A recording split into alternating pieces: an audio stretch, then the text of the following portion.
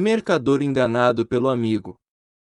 Em Bagdá, vivia Ali Qodja, mercador de tecidos que não era extremamente rico, mas que tinha algumas posses e renda que garantia uma vida tranquila.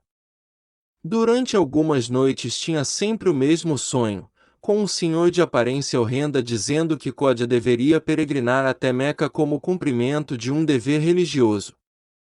Impressionado com a repetição do sonho, acreditou que era um aviso de Deus e resolveu partir até Meca, mas antes precisava resolver algumas coisas e assim fez, iniciando pelo contrato de locação da casa, depois vendendo os tecidos que ainda possuía na sua loja, mas ele possuía também 1.000 moedas de ouro.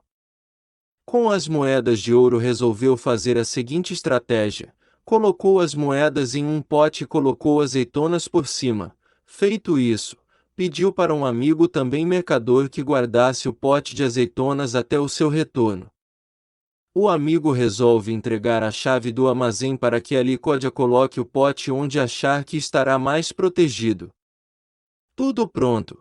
No dia seguinte segue para Meca, e lá após cumprir seus deveres religiosos, tenta vender os melhores tecidos que tinha, que não havia vendido antes da viagem, pois sabia que vender em Meca seria mais lucrativo. Porém, em Meca soube que os tecidos seriam mais valorizados se os vendesse no Cairo, Egito.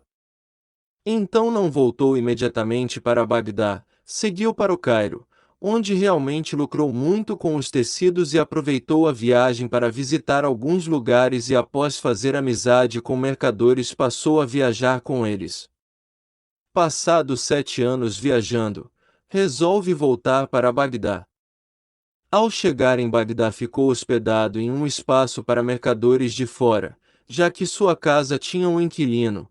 Aproveitou para avisar que tinha retornado e precisaria da casa. Segunda coisa a resolver: pegar o pote com as moedas.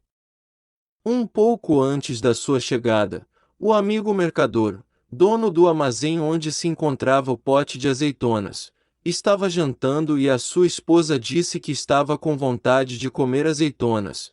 Ele prontamente, julgando que Ali Qodja já estava morto, resolveu mexer no pote, mesmo com as advertências da esposa de que poderia ser castigado por Deus por trair a confiança de Qodja.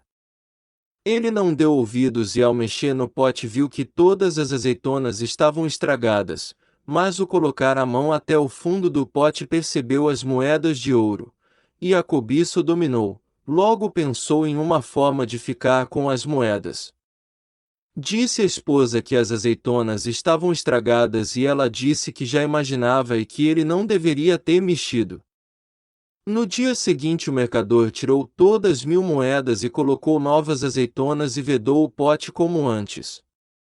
Poucos dias depois aparece Qodja para pegar o pote e assim o fez, mas quando tirou as azeitonas e não encontrou as moedas, duvidou que seu amigo tivesse roubado e que talvez por necessidade tenha pego, mas que com toda certeza ia devolvê-las. Então resolve e direcionar ao mercador e pedir um contrato se ele pegou as moedas por necessidade. O mercador, já esperando que Qodja dissesse algo a respeito, tinha pensado em uma maneira de ficar com as moedas. Ele disse que não sabia de moedas e que Qodja tinha falado de um pote de azeitonas e que não teve contato, já que entregou a chave do armazém. Mesmo contrariado, Ali Qodja levou o amigo à justiça. O mesmo repetiu que não sabia de moedas de ouro e que não teve contato com o pote. O juiz perguntou a Qodja se tinha testemunha e ele negou. Então o juiz inocentou o mercador. Inconformado mais com traição do que com a perda, Qodja resolve recorrer ao califa, e a sua audiência fica marcada para uma semana depois.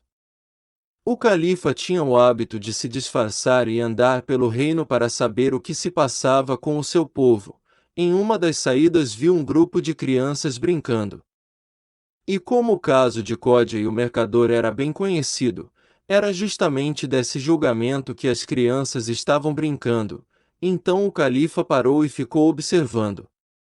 Um menino fazia o papel do juiz, outro era o mercador e um terceiro era Códia. Cada um dos dois meninos apresentou a sua versão. Então o menino, fazendo o papel de juiz, pediu que Códia trouxesse o pote de azeitonas e perguntou se o mercador o reconhecia como o pote que esteve no seu armazém, e ele afirmou que sim. Então o juiz prova uma azeitona e ordena que traga vendedores que são peritos em azeitonas, outros meninos fazendo esse papel. O juiz ordena que eles provem e digam quanto tempo em média elas foram colhidas. Após provarem, eles afirmam que as azeitonas foram colhidas naquele mesmo ano. E o mercador foi condenado. Impressionado com a inteligência do menino, ordenou que um dos seus soldados que o acompanhava não esquecesse a residência da criança. Chegou o dia de julgar a apelação de Ali Códia, e o califa pediu que trouxessem o menino da noite anterior. Quando o soldado chegou na casa, a mãe da criança ficou com medo, achando que o menino tinha cometido algo contra o califa, mas o soldado a tranquilizou dizendo que a criança estaria de volta em 1 hora.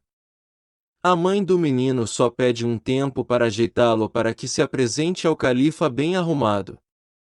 O garoto chegou e o califa disse que ele iria julgar e que bastava repetir a mesma coisa da noite anterior. O menino disse que fez por brincadeira, e que não era o mais qualificado, porém o califa insistiu e disse que se ele tivesse dificuldade tomaria o lugar. Assim prosseguiu o julgamento. Códia apresentou o pote de azeitonas que supostamente tinha 7 anos. O califa já havia preparado tudo e convocou os melhores peritos em azeitona e ele mesmo provou uma. Após provarem, aconteceu como na brincadeira dos garotos. As azeitonas tinham sido colhidas naquele mesmo ano, e que azeitonas não duram 7 anos, mantendo o sabor tão perfeito. O desfecho: o mercador foi condenado. O juiz da sentença anterior, que foi convocado pelo califa, foi repreendido, pois nenhum julgamento deve ser feito tão às pressas. E que o menino ainda com pouca idade o superava. A história de Códia nos ensina que nem todos são nossos amigos, ainda que julgamos que sejam.